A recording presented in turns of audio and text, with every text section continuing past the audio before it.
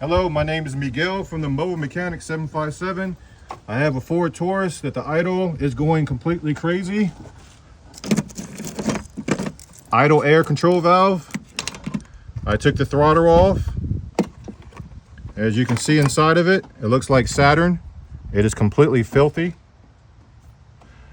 If it looks like that, you turn it over, it even looks worse. That is crusty crust. So, here's the cure. It works on the new cars too. All you have to do is get yourself some good old car cleaner, shake it up nice and pretty, spray it up there nice and just fine. Yourself a mighty fine rag. Look at that, voila, starting to come clean. Look at that, you're starting to see right there some of the carb coming off. And this is how you completely clean it, inside and out. We're replacing the throttle position sensor and we're replacing the idle control valve because we're going to do this right the first time. And now you can start seeing the shininess versus how disgusting it was looking. If you like these videos, please like, subscribe, and share. Thank you.